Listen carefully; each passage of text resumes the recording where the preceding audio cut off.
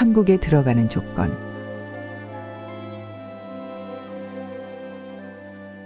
성경은 영원한 생명을 얻은 사람이 왕국과 아무 관계가 없을 수도 있다는 아주 엄숙한 진리를 우리에게 알려줍니다. 예를 들어 마태복음 7장 21절은 다음과 같이 말합니다.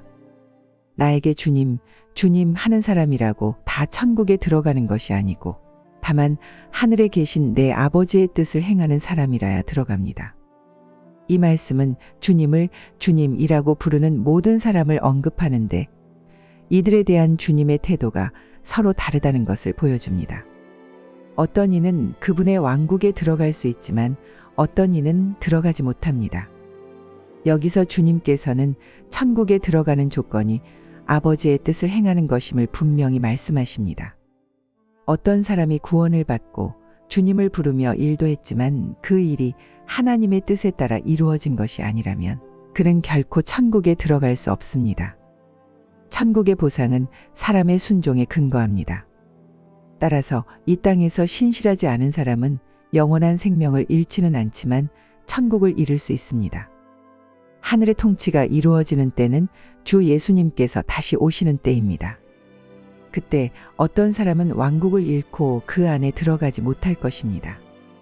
22절과 23절에서 주 예수님께서는 장래의 심판대 앞에서 일어날 일들을 알려주십니다. 그분께서 말씀하신 그날에는 오늘의 일이 아니라 장래의 일입니다. 많은 사람이 수고하며 일하지만 그들의 생활 가운데 하나님의 비춤을 받지 못합니다. 심판대 앞에 설 그날이 오면 곧 그리스도께서 하나님의 집에서 심판을 시작하실 때 그들은 처음으로 비춤을 받아 자신의 위치와 생활이 잘못되었음을 깨닫게 될 것입니다. 그날에 많은 사람들이 주님 앞에서 우리가 주님의 이름으로 예언하였으며 주님의 이름으로 귀신들을 쫓아냈으며 주님의 이름으로 많은 능력의 일을 행하지 않았습니까? 라고 말할 것입니다. 그러나 주님께서는 그들에게 이렇게 답하십니다.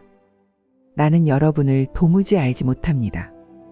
이와 관련하여 한 가지 예를 들어보겠습니다. 가령 어느 판사의 아들이 운전을 부주의하게 하여 사고를 내고 경찰에 붙잡혀 법정에 섰다고 가정합시다.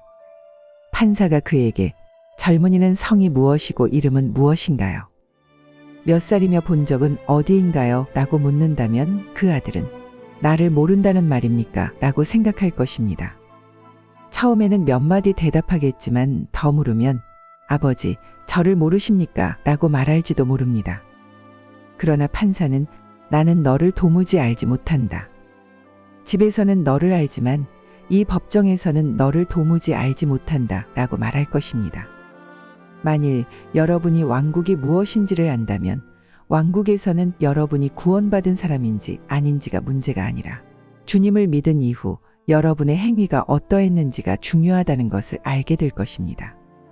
구원받은 이후에도 하나님의 뜻을 행하지 않고 자신의 뜻대로 일을 했다면 주님께서는 나는 그대를 도무지 알지 못합니다 라고 말씀하실 것입니다. 우리는 예언하는 것, 귀신들을 쫓아내는 것, 능력의 일을 행하는 것을 대단한 것으로 여깁니다. 하지만 이러한 일들은 하나님의 뜻을 대신할 수 없습니다. 하나님을 위해 일하기에 합당한 사람은 하나님을 위한 일이 아닌 자신의 일을 멈출 줄 아는 사람입니다. 하나님의 뜻을 아는 사람만이 자신의 일을 멈출 수 있습니다. 하나님께서는 우리가 그분의 뜻에 따라 일하기를 원하시지 스스로 나서서 일하는 것을 원치 않으십니다. 주님의 뜻을 아는 사람일수록 함부로 일하지 않습니다. 그러므로 하나님의 뜻을 행하는 것과 단순히 일하는 것 사이에는 큰 차이가 있습니다. 오늘날 우리도 일의 성과를 보고 싶어하고 예언과 귀신을 쫓아내는 일, 능력의 일을 행하는 데 흥미를 느낍니다. 그러나 어느 날 많은 사람들이 이런 일에서 깨어날 것입니다. 자세한 내용은 워치만 리전집 제2집 29권 하나님의 복음 1, 21장을 참고하시기 바랍니다.